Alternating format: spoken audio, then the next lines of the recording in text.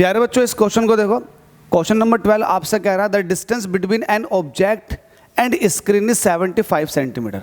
आपसे कह रहा है कि ऑब्जेक्ट और स्क्रीन के बीच का गैप कितना है, 75 सेंटीमीटर। तो लेट अस सपोज कि ये स्क्रीन है और यहाँ पर रखा हुआ है ऑब्जेक्ट, इनके बीच का गैप कितना दे रखा है फिलहाल 75 सेंटीमीटर, कुछ इस तरीके से। आपसे कह रहा where a convex lens of focal length 12 centimetre should be placed. ठीक है, हमसे कह रहा है इन दोनों के बीच में कहाँ पर एक कॉन्वेक्स लेंस को रखोगे so that a real image is form on the screen, जिसकी वजह से इस ऑब्जेक्ट का रियल इमेज स्क्रीन पर बने। तो लेट अस सपोज कि आपने उसको यहाँ रख दिया जो कि ये u पर है। आपको बताना ऑब्जेक्ट डिस्टेंस जो होती है वो लेंस से u होती है, तो कहीं ना कहीं ये v का काम करेगा क्योंकि स्क्रीन पर रियल इमेज बन रही है। तो according to the figure clear पता चल रहा है, यहाँ पर लिख दो सॉल्यूशन।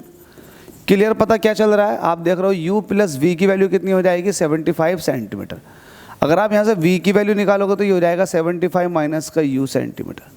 ठीक है, अब लगा दो लेंस फॉर्मूला। आप जानते हैं 1/f इज इक्वल टू होता है 1/v minus 1/u। Focal length आपको दे रखी है, यस फोकल लेंथ दे रखी है क्या, 12 सेंटीमीटर फोकल लेंथ दे रखी है इस लेंस की, तो आप यहाँ पर 12 रख दोगे।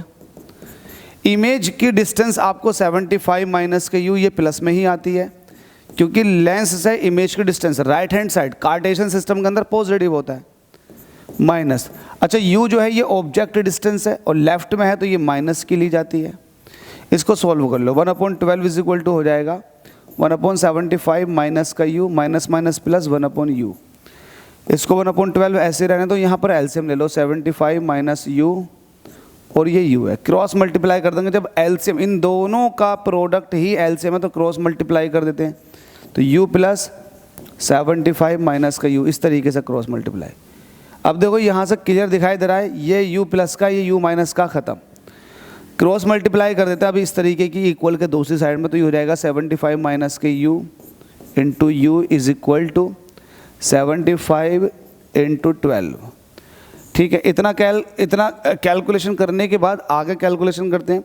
75 के अंदर मल्टीप्लाई कर दो या फिर u के अंदर मल्टीप्लाई करोगे तो आप हो जाएगा 75u minus u square is equal to, जब 75 की 12 से तो 12 पंजे 60, 12 7 84 तो 900 हो जाएगा, ये 900 वैल्यू आ जाएगी 900। क्वाड्रेटिक इक्वेशन बनने ये u स्क्वायर को इधर को भेज दो तो ये हो जाएगा u स्क्वायर और ये इधर को भेजोगे तो माइनस के 75 u और प्लस के 900 इज इक्वल्स टू 0। डरा दिया यार, मैं इस तरह डर गया, कौन आ गया, थक थक थक थक थक थक थक थक थक थक, अचानक से कोई आ जाए तो ऐसे होता है। अब देखो फैक्टर कर लेते हैं, तो 900 की मल्टीप्लाई करोगे u स्क्वायर के कोफिशिएंट जो कि 1 है, तो 900 के 1 से मल्टीप्लाई करोगे तो वैल्यू आएगी 900। तो ऐसे दो नंबर चूज करो जिनका मल्टीप्लिकेशन तो 900 आ जाए, मल्टीप्लिकेशन 900 आ जाए, और अगर उन दोनों नंबरों को ऐड करें तो 75 आ जाए। तो मुझे दिखाई दे रहा है 60 और 15, क्योंकि 15 छक्कर 90 900 होते हैं और 15 प्लस 60 ये 75 भी होते हैं। तो आप मिड टर्म को स्प्लिट करोगे, आप कहोगे माइनस के 60u माइनस के 15u प्लस के 900। तो आपने इसको स्प्लिट कर दिया, ये सारे काम इसको स्प्लिट करने के होते हैं। माइनस के 60 माइनस के 15 अगेन माइनस के 75 हो जाएगा। अब यहाँ से आप कुछ कॉमन ले लो, जो कॉमन लोगे वो यहाँ से भी आना चाहिए, मतलब फैक्टर, या फिर आप ये कहें कि टर्म आपको सेम करनी है तो यहाँ से u कॉमन ले लो तो ये हो जाएगा u माइनस के 60। अब यहाँ से ऐसा कुछ कॉमन लो कि अंदर ब्रैकेट में u माइनस के 60 बचे, तो देखो u प्लस का बचना चाहिए तो आप माइनस के 15 कॉमन ले लोगे तो ये u प्लस का हो जाएगा और जो प्लस का वो माइनस का हो जाएगा, ये इज इक्वल टू 0। अब ये दो टर्म्स बन चुकी हैं, इसमें से u माइनस के 60 को कॉमन ले लो तो यहाँ से हो जाएगा u माइनस के 15 इज इक्वल टू 0।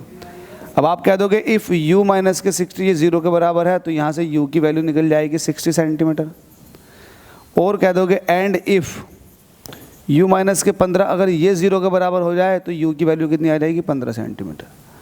अगर u 15 सेंटीमीटर या फिर u is equal to 60 centimetre लोगे, दो वैल्यू आ रही हैं, इन दोनों वैल्यूज़ के लिए इस ऑब्जेक्ट की इस लेंस द्वारा रियल इमेज बनेगी स्क्रीन के ऊपर। तो उम्मीद करता हूँ समझ में आ गया होगा। अच्छा क्वेश्चन था, 2016 में बोर्ड एग्जाम ने इस क्वेश्चन को पूछा हुआ है। प्रैक्टिस कर लो, हो सकता है इस तरह का क्वेश्चन फिर से आ जाए। Thank you.